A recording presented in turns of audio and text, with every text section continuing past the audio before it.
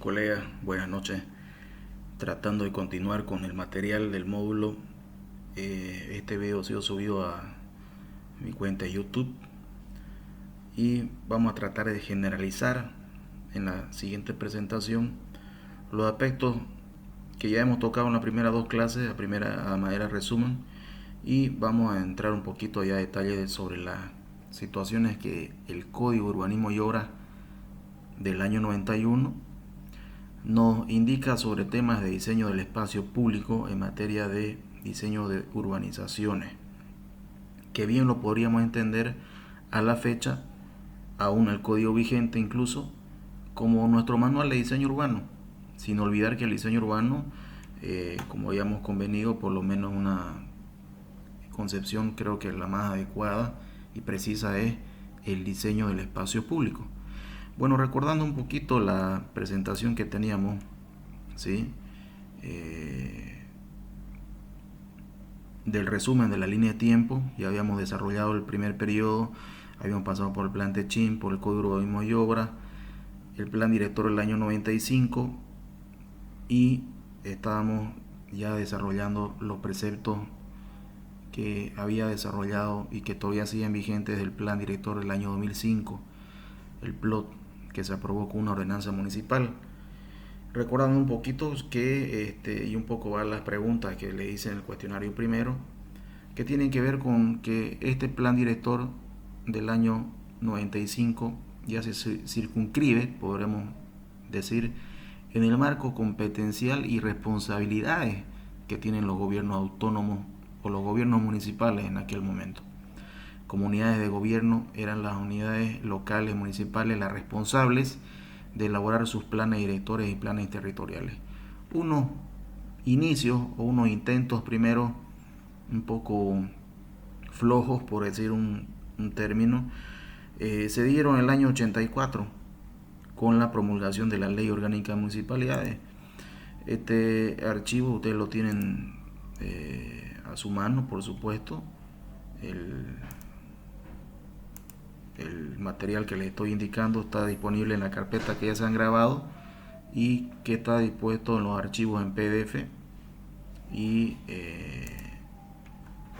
en diferentes formatos, ¿no? En ese sentido, si revisamos un poquito el material que les he proporcionado, podemos ir a ubicar la ley de 1984, que es la Ley Orgánica de Municipalidades. ¿Sí? En ese sentido, en la Ley Orgánica de Municipalidades vamos a poder indicar que entre sus competencias vamos a ver en este momento en el artículo 9, que se refiere al capítulo segundo de la jurisdicción y competencias del gobierno municipal 1984, recién establecido el sistema democrático nacional. Tenemos el artículo 9 que indica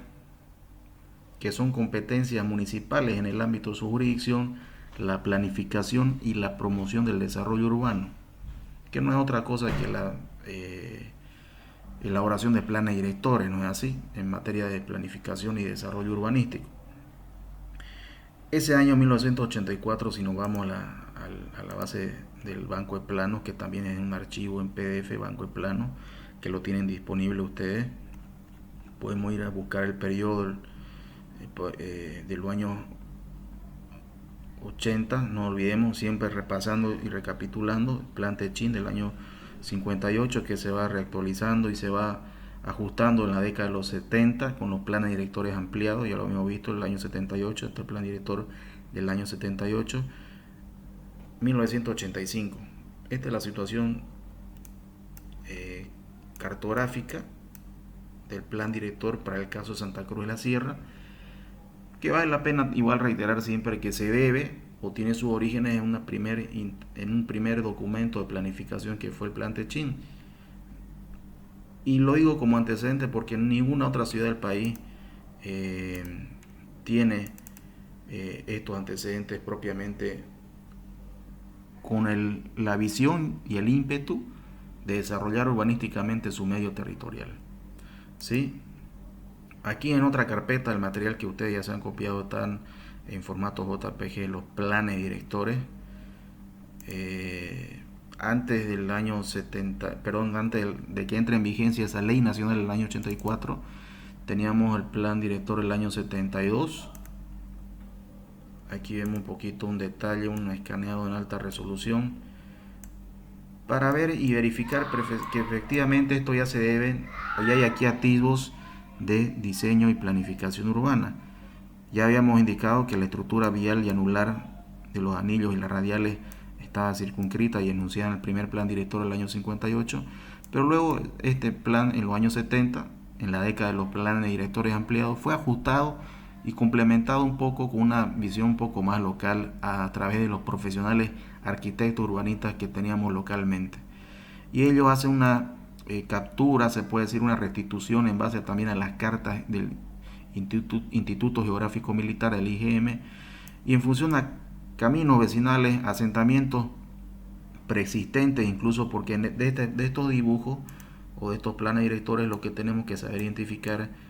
y es reiterativo en todo este tipo de graficaciones, es el color plomo. Como lo pueden ver aquí, significa que hay asentamientos humanos consolidados. Eso es lo que generalmente la opinión pública o los vecinos, o incluso a veces nosotros los profesionales, pero incorrectamente los profesionales, lo definimos como el área urbana. No, eso, a esta mancha se refiere más propiamente el término de asentamiento humano. Una bibliografía un poco más, se puede decir, científica, por decir una palabra, podríamos indicar que es la mancha urbana, pero no proyectada, sino consolidada. En función de esto, vemos la diferencia de donde se ha planificado y donde existe el asentamiento humano de hecho. Si podemos ver con un poco más de detalle, podemos distinguir visualmente el área con color plomo, que es donde hay asentamientos y hay consolidación de infraestructura, y lo que no tienen ese color es el área planificada. Aquí ya hay, por supuesto, como ya he indicado hace un momento, la relación ya del diseño del espacio público, que bien podríamos entenderlo como diseño urbano. Se reiteran los preceptos propuestos en el plan Techín de diseñar la unidad vecinal, que es la unidad o el amanzanamiento o el conjunto de manzanas destinadas al área habitacional o residencial, con el área de equipamiento público en la parte media, o en los núcleos de las unidades vecinales o de V estarían destinadas, y esa fue la idea, y que vale la pena, y luego lo veremos, todavía se mantiene ese concepto de planificar, en sentido de que la asistencia o el servicio, el radio de servicio que tienen estos equipamientos tienen que ver, por supuesto, con atender a toda la unidad vecinal de manera de la mejor manera en cuestión de distancia, porque se pensaba que la asistencia de este tipo de equipamiento sea a través de no necesariamente el uso vehicular, sino peatonal. Hoy en día, vamos a ver más adelante en otras exposiciones, en otra presentación, que en el distrito todavía no nos olvidemos que para aquel entonces, el año 80, el año 72, más propiamente este plan que estamos viendo en este momento, no se había todavía ordenado el territorio en función de los distritos como hoy en día lo conocemos. Eso fue luego en el plan director del año 95, que también lo hemos visto en las primeras clases. Este es el plan director del año 72. Este es del año 78. Hay una tendencia de crecimiento en la parte sur por la conexión de la estructura vial, la carretera antigua de Cochabamba, la vía férrea que se extiende por la parte este de la ciudad, también genera un crecimiento y unos bolsones de crecimiento en esta parte. Y este es el plan director del año 90. Bueno, no está a colores, pero vemos una graficación que es prácticamente igual, si la damos un poco a detalle, es lo propio, pero ya lo que se ha hecho es extrapolar o acudir a las herramientas como se utilizaba en aquel momento, la restitución aerofotogramétrica, para evidenciar cuál era, dónde se ubicaban los asentamientos humanos y tratar de ordenarlos con un planteamiento de diseño urbanístico. Diseño urbanístico que prácticamente para el caso nuestro podemos resumirlo en el diseño de la estructura vial principal, anillos y radiales, y el diseño del espacio público o los equipamientos. El año, el archivo siguiente que tenemos, en todo caso, tomando y no olvidando la relación del plan, de la ley de 1984, ¿sí? Este es el plan director de 1994, 10 años después de que entra en vigencia esa ley de gobierno de los municipios y que ya indicaba entre sus principales competencias la planificación y promoción del desarrollo urbano. Bueno, un resultado de del cumplimiento o de las competencias asignadas a los municipios, ya hemos tratado de desarrollar como ustedes esto que estamos viendo los planes directores.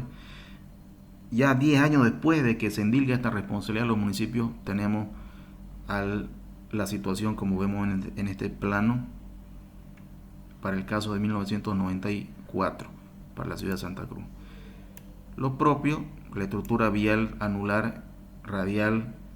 es persistente, por decir una palabra tal vez forzada, porque sabemos que después del cuarto anillo ya no hay un anillo literalmente bajo la definición literal no cierra la configuración geométrica anular, no hay un cierre en los anillos, están interrumpidos en este caso por una frontera natural que es el río Piraí. Sin embargo, sí se logró mantener la estructura radial o las avenidas divisorias de unidad vecinal para llegar a conformar y estructurar el espacio de la unidad vecinal. Sobre todo 1994 no había entrado en vigencia ni se había elaborado el plan director del año 95, que también ya lo hemos visto, y que a partir del cual del año 95 se distrita la ciudad, se ordena por distrito, y un componente esencial de esta distritación o de este objetivo de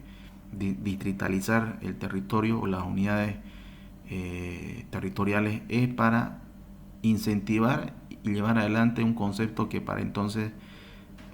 creo que se confundía, pero es muy parecido, para descentralizar, decía el plan director del año 95. Sin embargo, lo que hemos entendido y lo que hemos visto como práctica a la fecha ha sido más una labor de desconcentración,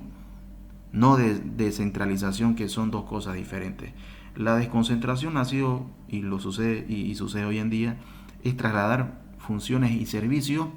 pero no con decisión propia, sino se traslada, se migra un servicio a los distritos para que sean atendidos ahí, pero no tienen nivel de decisión estas unidades técnicas, ni unidades jurídicas, ni hay otras unidades también que ya tienen que deberse nomás al sistema centralizado, que eso sí es lo que indica el concepto de descentralización, por otra parte, que no solamente es concentrar funciones y servicios, sino decisiones, presupuestos, una serie de situaciones, ¿no es cierto? Pero bueno, es el contexto, digamos, del año 84. Entra en vigencia esta disposición con esta ley nacional, y a partir de ahí, en teoría, todos los municipios del país tendrían que regirse a esta elaboración de sus planes directores y su planificación urbana, pero muchos de ellos,